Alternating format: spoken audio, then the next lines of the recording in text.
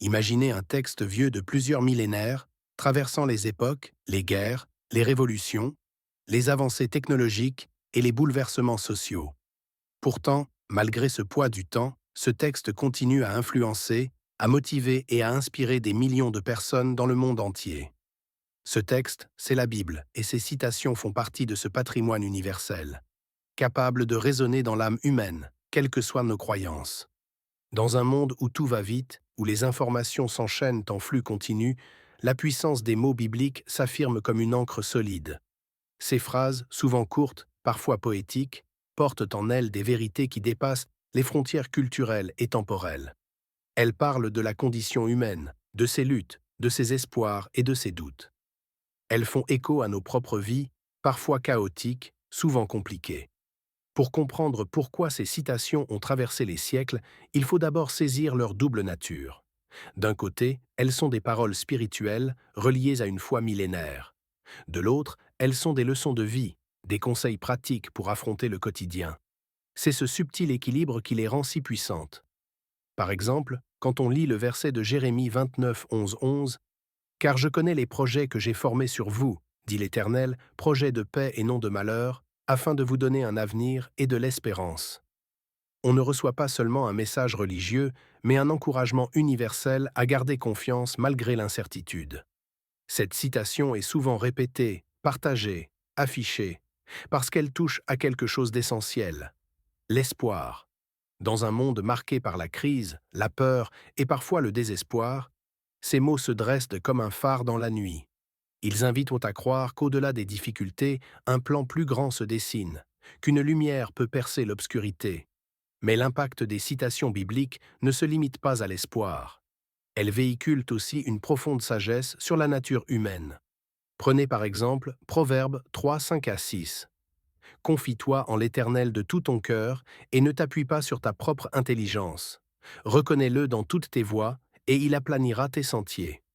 Ici, le message va bien au-delà du religieux. Il invite à l'humilité, à ne pas se fier uniquement à soi-même dans un monde complexe, à accepter qu'on ait parfois besoin d'aide ou de guidance.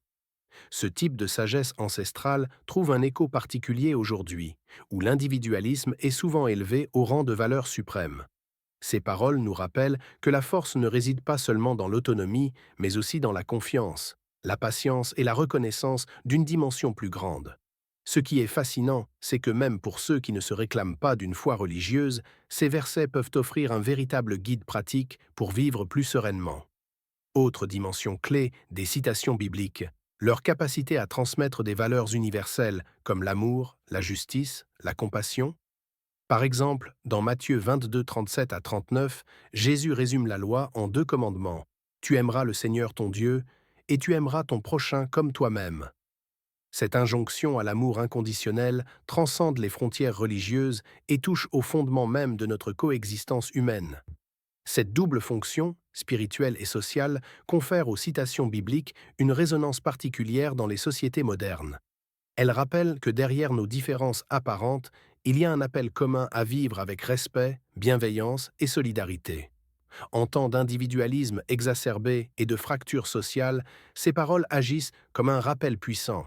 La source de notre humanité réside dans notre capacité à aimer et à prendre soin les uns des autres. L'actualité le montre régulièrement. Ces citations continuent d'être utilisées dans les discours politiques, les mouvements sociaux, les prises de parole publiques. Elles offrent une légitimité morale et une force symbolique que peu d'autres textes peuvent revendiquer. Que ce soit dans des sermons, des manifestations ou même des campagnes de sensibilisation, la Bible fournit des formules qui frappent les esprits et marquent les cœurs. Mais comment expliquer ce succès universel? En partie parce que ces citations fonctionnent comme des mantras intemporels. Elles condensent une sagesse ancienne dans des formules simples et mémorables, faciles à retenir et à répéter. Leur poésie, leur force rythmique, leur charge émotionnelle en font des outils puissants de motivation personnelle. Enfin, un élément à ne pas négliger est la dimension narrative qui accompagne ces citations. Souvent, ces paroles sont tirées de contextes précis, d'histoires fortes de personnages bibliques qui ont surmonté épreuves, doutes et conflits. Cela donne à ces citations une épaisseur supplémentaire. Elles ne sont pas que des phrases isolées, elles s'inscrivent dans une trame humaine riche, pleine d'enseignements et de leçons de vie. Au cœur de cette première exploration, une évidence se dessine. Les plus grandes citations bibliques ne sont pas seulement des fragments religieux, mais des trésors d'humanité qui continuent d'inspirer, de motiver et d'éclairer les pas de ceux qui les écoutent. Elles sont le pont entre le passé et le présent, entre la foi et la vie quotidienne, entre le mystère et la réalité. Imagine-toi un instant, seul face à un moment difficile de ta vie. Peut-être une épreuve, un doute, une peur qui te serre le cœur. Dans ces instants, parfois, un simple verset biblique s'impose comme une lumière fragile mais puissante. Ce n'est pas qu'une phrase parmi d'autres, c'est une ancre, un point d'appui qui te rappelle que tu n'es pas seul. Cette expérience, des millions de personnes l'ont vécue, à travers le temps et les continents. Je me souviens d'un témoignage qu'un ami m'a confié. Il traversait une période de remise en question intense, submergé par le stress et l'incertitude professionnelle. Un matin, épuisé, il est tombé sur ce verset de Philippiens 4,13. « Je puis tout par celui qui me fortifie ». Ces mots ont résonné comme un défi lancé à ses doutes. Non pas une promesse magique, mais un appel à puiser en lui une force insoupçonnée. Peu à peu, il a changé sa façon d'aborder les obstacles en puisant dans cette parole une énergie nouvelle qui l'a soutenu dans ses choix et ses combats. Ce n'est qu'un exemple parmi tant d'autres. Que ce soit dans des hôpitaux, dans les prisons ou dans la solitude des maisons, des milliers de personnes se raccrochent à ces paroles. Elles ne sont pas juste des versets à lire, elles deviennent des compagnons, des alliés intimes. Elles accompagnent des nuits sans sommeil, des moments de doute profond, des situations où la résilience semble hors de portée. Ce phénomène soulève une question essentielle. Qu'est-ce qui fait la puissance de ces citations? Pourquoi ont-elles ce pouvoir de toucher au plus profond de nous? Une partie de la réponse réside dans leur capacité à parler à l'expérience humaine, avec ses failles, ses espoirs, ses combats. Ces paroles ne cachent pas les difficultés, elles les reconnaissent et offrent des ressources pour les affronter. Prenons par exemple ce passage du psaume 23, si célèbre. « Même quand je marche dans la vallée de l'ombre de la mort, je ne crains aucun mal. » Il ne s'agit pas d'un optimisme naïf, au contraire, c'est une reconnaissance du danger, de la peur, mais aussi une affirmation de confiance et de protection. Cette double réalité résonne avec ce que chacun peut vivre, donnant à ce verset une force universelle. Il y a aussi dans ces paroles un appel à la transformation intérieure. La Bible ne propose pas seulement des solutions externes, elle invite à un changement profond, à une ouverture du cœur et de l'esprit. Par exemple, dans Romains 12,2, il est écrit « Ne vous conformez pas au siècle présent, mais soyez transformés par le renouvellement de l'intelligence. » Ce verset pousse à questionner sa façon de penser, de vivre, et invite à évoluer vers une meilleure version de soi-même. Dans cette démarche personnelle, les citations bibliques agissent comme des guides lumineux, des repères dans un monde souvent déroutant. Elles permettent de prendre du recul, de relativiser et surtout de retrouver un sens. C'est pourquoi elles sont si souvent utilisées dans des moments de crise, de transition ou de décision importantes. Mais au-delà du combat individuel, ces paroles créent aussi du lien.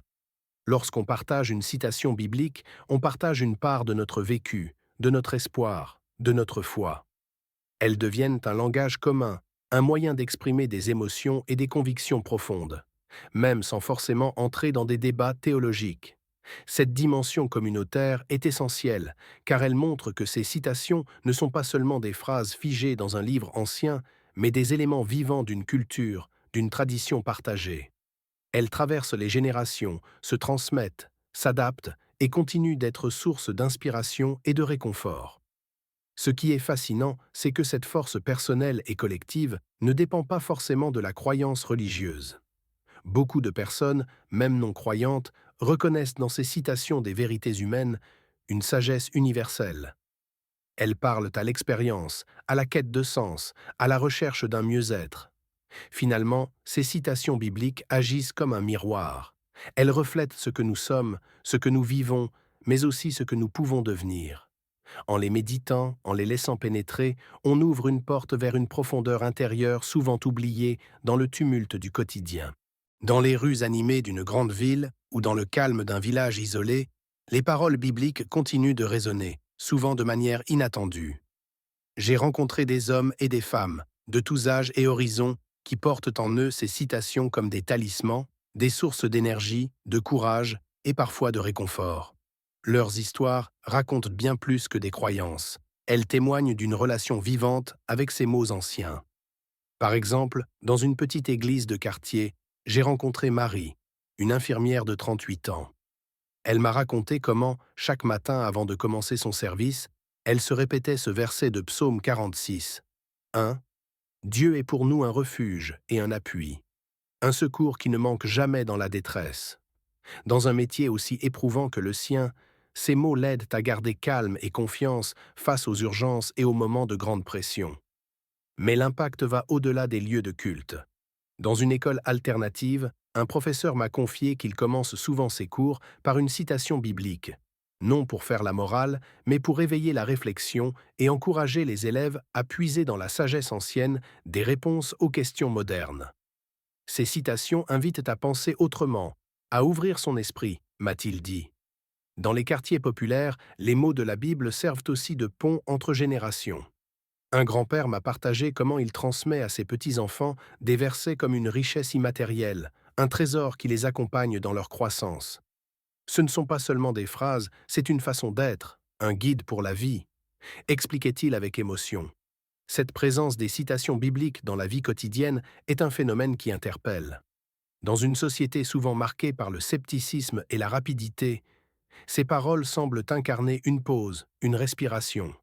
Elles invitent à la réflexion, à la prise de conscience et surtout à l'action. Sur le terrain, il était frappant de constater que ces versets ne sont pas toujours utilisés dans leur contexte religieux strict.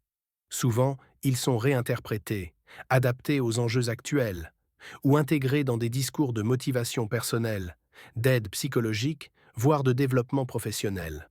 Un coach de vie que j'ai rencontré m'a confié utiliser régulièrement des citations bibliques dans ses séances. Elles ont une force symbolique incroyable, explique-t-il. Elles permettent d'ouvrir la porte à des discussions sur la confiance, la résilience, l'amour de soi. Pour lui, ces citations sont comme des clés qui déverrouillent des ressources intérieures souvent insoupçonnées. Sur les réseaux sociaux aussi, les citations bibliques connaissent un regain d'intérêt. Des millions de posts, de vidéos, de partages utilisent ces versets pour inspirer, encourager ou simplement apaiser. Cette viralité montre que ces paroles, loin d'être dépassées, savent s'adapter aux outils modernes de communication. Dans cette observation de terrain, un constat s'impose. La Bible, à travers ses citations, n'est pas figée dans un passé lointain. Elle est un réservoir vivant de paroles qui continue de nourrir les esprits et les cœurs, quelle que soit l'époque. Et derrière chaque verset, il y a une histoire, un vécu, un engagement personnel qui donne à ces mots toute leur puissance. Dans un monde où tout semble aller trop vite, où les certitudes s'effondrent et les repères vacillent, il existe des mots qui traversent les âges sans perdre leur éclat. Des paroles anciennes, gravées sur le papier, mais vivantes dans les cœurs. Ces mots, ce sont les grandes citations bibliques. Des versets millénaires qui continuent, encore aujourd'hui, d'éclairer les pas de millions de personnes. Que l'on soit croyant ou non, ces paroles touchent à quelque chose de profond, d'universel, la quête de sens, de paix, de courage. Il y a des mots qui bousculent, qui claquent comme des orages. Et puis, il y a ceux qui murmurent, ceux qui s'installent en douceur dans les creux de nos silences, et qui nous accompagnent sans bruit. Les citations bibliques font partie de cette seconde catégorie. Elles ne cherchent pas à nous convaincre brutalement. Elles patientent. Elles laissent leur empreinte dans les esprits ouverts, dans les cœurs qui ont connu l'attente, la douleur ou l'errance. Dans un monde saturé de bruit, de notifications et de slogans tapageurs, ces versets offrent une alternative presque radicale, celle de la lenteur, de la profondeur, de l'écoute. Ils ne s'imposent pas, ils suggèrent, et pourtant ils transforment. Prenons un verset simple. « Venez à moi, vous tous qui êtes fatigués et chargés, et je vous donnerai du repos. » Matthieu 11, 28. Ce n'est pas un ordre, ce n'est pas une promesse spectaculaire, c'est une invitation, presque une confidence. Comme si, à travers les siècles, une voix douce et calme nous parlait à l'oreille. Et cette voix, étrangement, ne faiblit pas. La puissance de ces citations réside dans leur capacité à s'adresser à l'être, pas au faire. Elles ne nous somment pas d'agir, de produire, de réussir. Elles nous ramènent à ce que nous sommes, à notre fragilité, à notre besoin d'appui, d'amour, de lumière. Dans un monde de performance, elles rappellent que l'humain est d'abord relation, écoute, présence. Philosophiquement, elles jouent un rôle fondamental. Elles désenclavent notre pensée. Elles nous sortent de l'urgence pour nous ouvrir à l'éternité. Elles nous posent des questions sans les formuler directement. Qu'est-ce que le bien? Qu'est-ce que la foi? Pourquoi souffre-t-on? Que signifie vivre avec espérance? Et c'est peut-être là leur plus grande force. Ces versets sont des points de départ. Jamais des réponses figées, ils obligent à revenir à soi. Ils agissent comme des miroirs intérieurs. On ne lit pas un verset biblique comme un fait divers ou une citation de motivation populaire. On l'écoute, on l'habite. Parfois même, on lutte avec lui. Il faut aussi parler de la beauté formelle de ces textes. Car il ne s'agit pas seulement de contenu spirituel. Il y a aussi la forme, le rythme, la musique des mots. L'Éternel est mon berger, je ne manquerai de rien.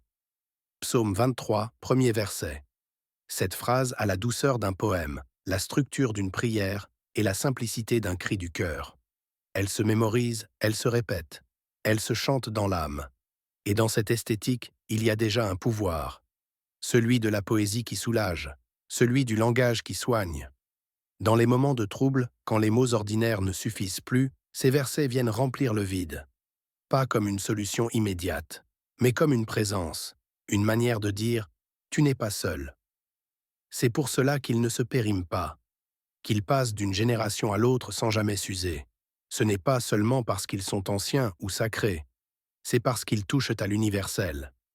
À cette part en nous qui, qu'on le veuille ou non, cherche le sens, cherche la paix, cherche Dieu, parfois sans le savoir. Et puis, il y a ce mystère. Certains versets, qu'on a lus 1000 fois, un jour résonnent autrement. Parce qu'on a changé. Parce qu'on est prêt à les entendre. Comme si ces mots attendaient notre maturité intérieure. Ils restent là, à la lisière de notre conscience, et puis soudain, un matin, ils deviennent vrais. C'est peut-être ça, le miracle discret des citations bibliques. Elles ne forcent rien. Elles n'obligent personne. Mais elles restent là, prêtes à parler à ceux qui tendent l'oreille. Et quand elles le font, c'est souvent avec une telle justesse, une telle paix, qu'on comprend qu'on vient de toucher quelque chose de plus grand que soi. 3 destins, une parole, ces versets qui ont tout changé un.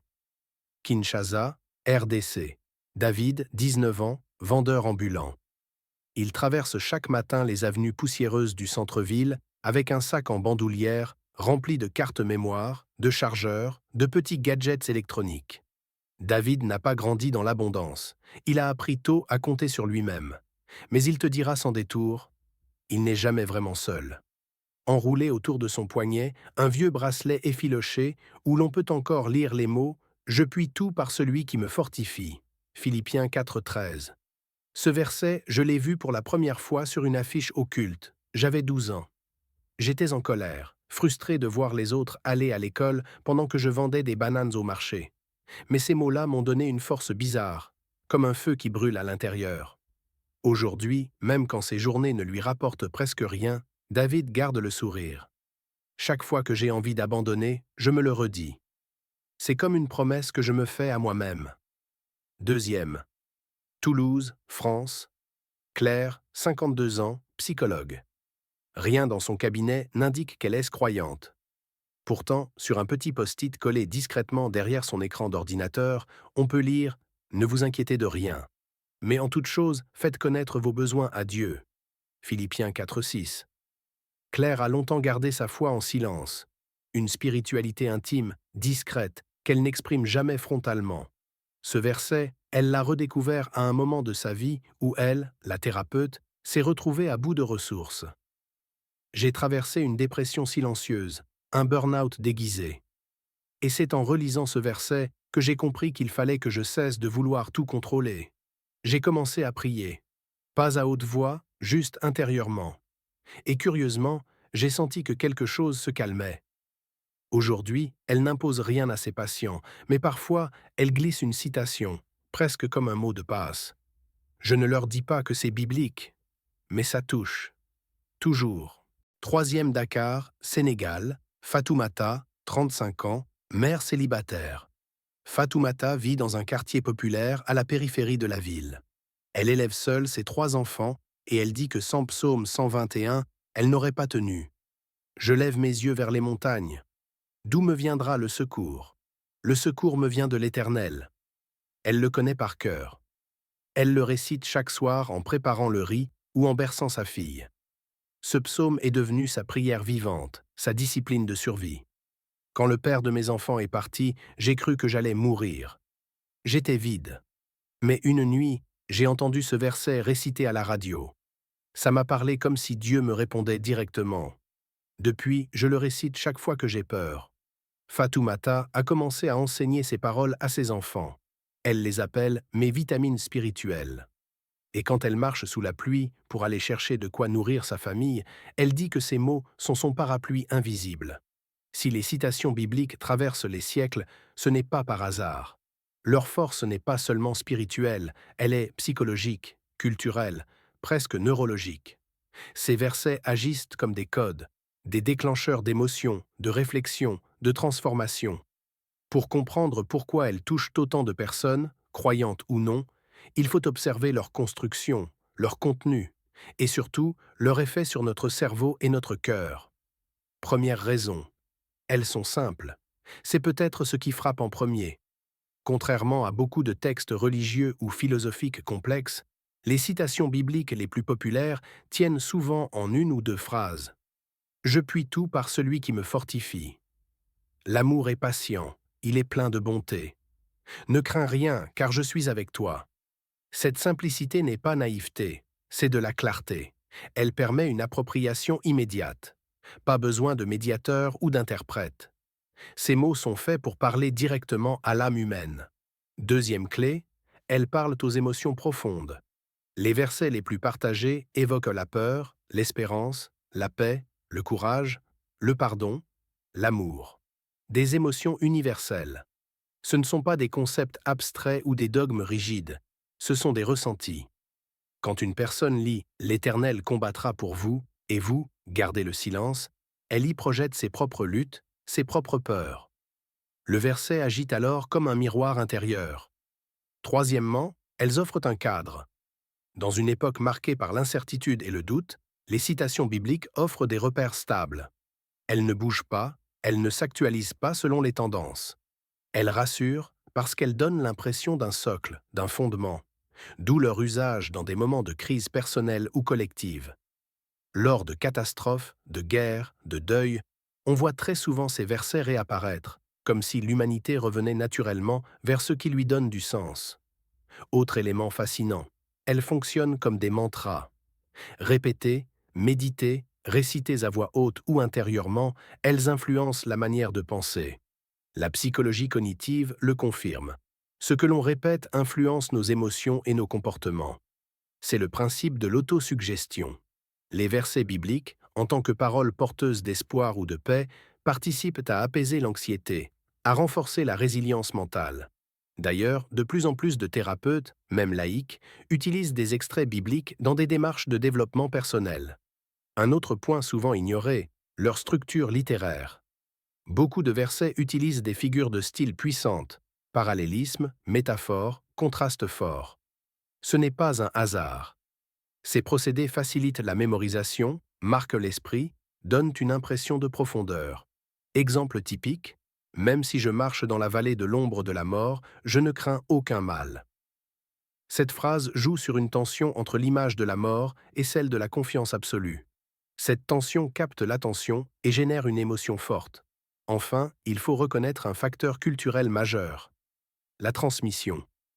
Ces citations ne se propagent pas seulement par la lecture individuelle, elles sont transmises par la famille, par les chants, par les traditions orales, les films, les livres, les réseaux sociaux. Elles sont ancrées dans la mémoire collective. On les entend sans parfois savoir d'où elles viennent. Et pourtant, elles forment une trame invisible qui relie les générations entre elles. Même ceux qui ne vont pas à l'église connaissent certaines phrases bibliques simplement parce qu'elles font partie du langage universel de l'humanité. On pourrait penser que ce succès est réservé aux croyants. Faux. De nombreuses personnes, athées ou agnostiques, reconnaissent la sagesse, la beauté et la force morale de ces versets. Pourquoi? Parce qu'ils parlent à ce qu'il y a de plus humain. La quête de sens, le besoin d'espérance, la recherche de vérité. Et surtout parce qu'ils ne dictent pas, ils éclairent. Ils ne contrôlent pas, ils ouvrent. Au fond, c'est cela qui rend les citations bibliques si puissantes. Elles n'imposent de rien. Elles proposent un chemin. Et chacun est libre d'y entrer, à son rythme, selon ses blessures, ses combats, ses rêves. C'est le lever du jour. Une ville encore endormie. Le ciel est teinté d'orange, les rues sont calmes, vides. Une femme ouvre sa fenêtre, ferme les yeux, inspire profondément. Elle murmure une phrase presque inaudible, un verset qu'elle répète chaque matin. L'Éternel est mon berger, je ne manquerai de rien. Coupe. Autre scène. Un jeune homme marche d'un pas rapide dans une ruelle animée, casque sur les oreilles, sac en bandoulière. Il écoute un podcast chrétien, les écouteurs diffusent un passage qu'il connaît par cœur. Sois fort et courageux. Ne t'effraie point. Il serre les poings, il a un entretien important aujourd'hui. Il sourit sans que personne ne le voie. La caméra flotte maintenant dans un hôpital. Une femme en blouse blanche, au regard épuisé, appuie son front contre un mur. Elle tient une main tremblante dans sa poche sur un petit papier froissé. Proverbe 3,5. Confie-toi en l'Éternel. Son souffle ralentit. Elle retourne dans la salle des soins. Puis retour au silence. Un homme âgé est assis sur un banc, seul. Il regarde le ciel. On ne sait pas ce qu'il pense. Il tient un chapelet mais il ne prie pas. Pas vraiment. Il se souvient. Des jours meilleurs. De sa jeunesse. Et dans ce silence intérieur, une phrase refait surface, comme une mélodie familière. Je vous ai aimé d'un amour éternel. Jérémie 31,3. La parole circule. Elle n'est pas figée. Elle voyage d'une main à l'autre, d'un écran à une oreille, d'un regard à un cœur. Parfois, elle est criée dans une église pleine, portée par une voix vibrante et des chants qui montent vers le ciel. D'autres fois, elle est griffonnée à l'arrière d'un cahier d'école, ou tatouée à l'encre noire sur l'avant-bras d'un adolescent en quête de sens. Ces versets ne vivent pas seulement dans les livres.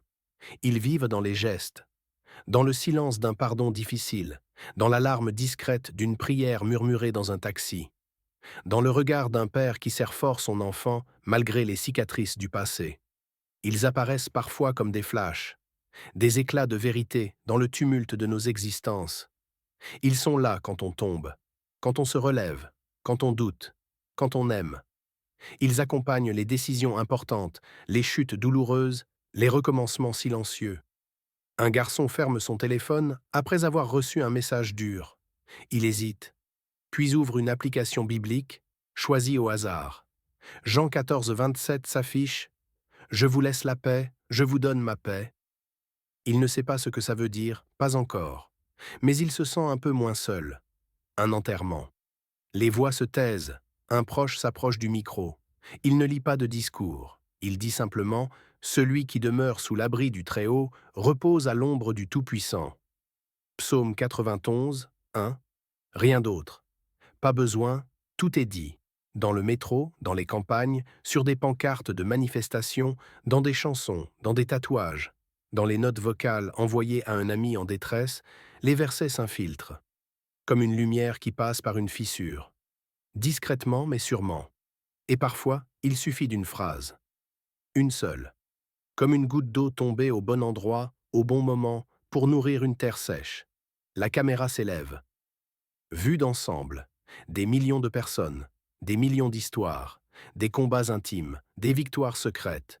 Et au cœur de tout cela, ces quelques mots, écrits il y a des siècles, qui continuent de faire battre des cœurs, de redresser des dos, de faire jaillir des larmes ou des sourires. Une parole ancienne, mais vivante.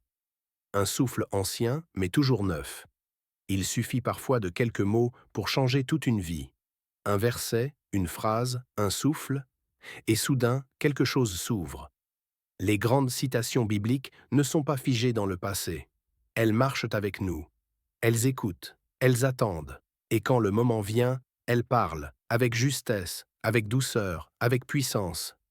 Que vous soyez croyant, en recherche ou simplement curieux, souvenez-vous, ce ne sont pas seulement des versets, ce sont des ponts, Des invitations à regarder plus haut, à aimer plus fort, à espérer plus loin. Les mots passent, mais certaines paroles demeurent.